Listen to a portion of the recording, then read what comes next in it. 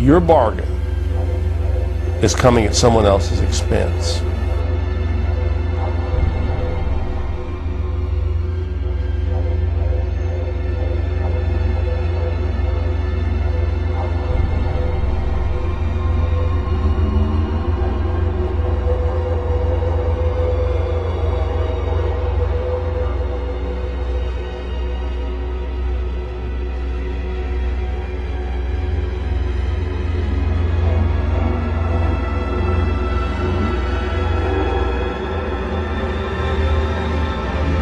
It's 3:25 in the morning in Dhaka. It's raining, obviously. Behind us, workers are still working, garment workers. They're going into their 20th hour of work. We've seen this in a drive around Dhaka. We've seen this in maybe a dozen factories tonight. These workers will work until 5 or 6. Maybe they'll get an hour of sleep, and then they'll start another shift, which will be 14, 15, or 18, or 19, or 20 hours. It's hard to imagine that in the United States, it's August. People are on vacations. It's August in Bangladesh, and these workers are working 20 hours a day, making our clothing.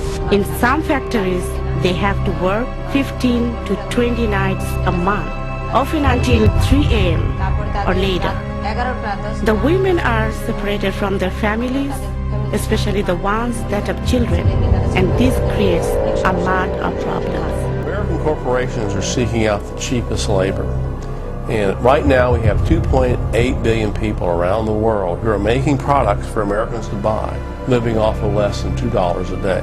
The people making the goods that Americans buy are mainly young women in countries like Bangladesh, Central America, and places like China, where they're making pennies an hour, working 12, 14-hour days, sometimes 20 hours a day, and often they're beaten to keep them working so that we can pay less for what we buy.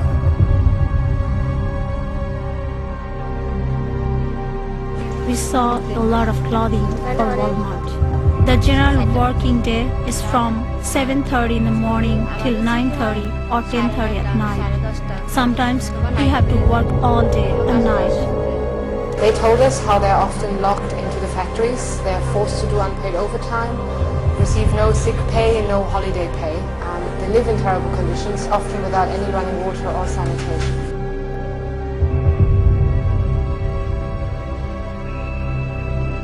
At 3 a.m. we can sleep on the ground in the factory, but we have to start working again at 7:30 a.m. There is no opportunity to go home. The whole month working night and day. If there is any stop in the work, they start yelling. If we do anything, they start beating us. Almost torture. They go too far.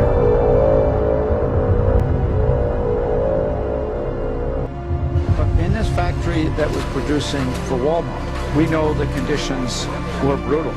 The workers were forced to work from 8 in the morning until 10 o'clock at night or 11 o'clock, 14, 15 hours a day.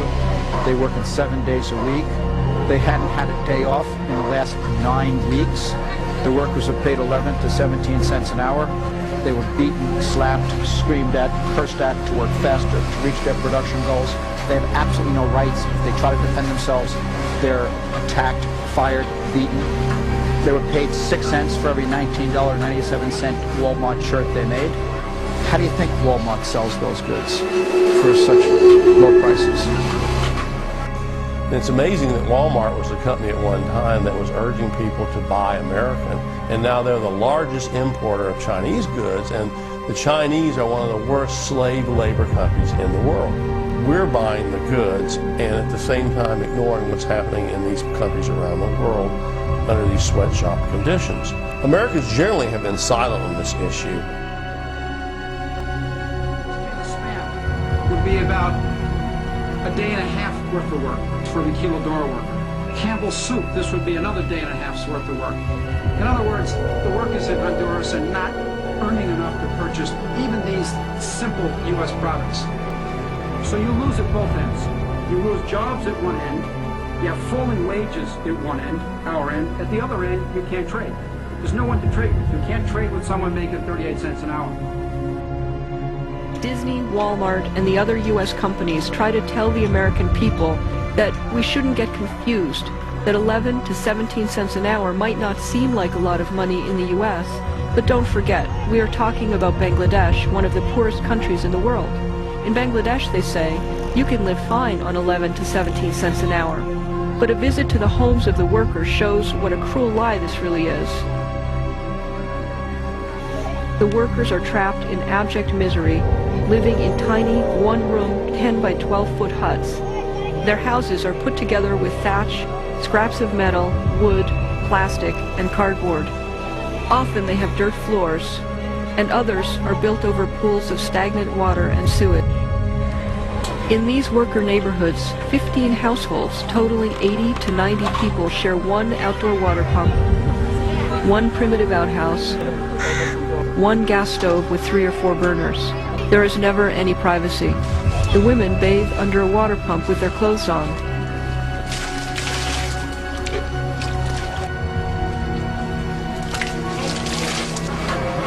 Walmart claims they have a commitment, an advertising commitment. They're going to roll back prices constantly.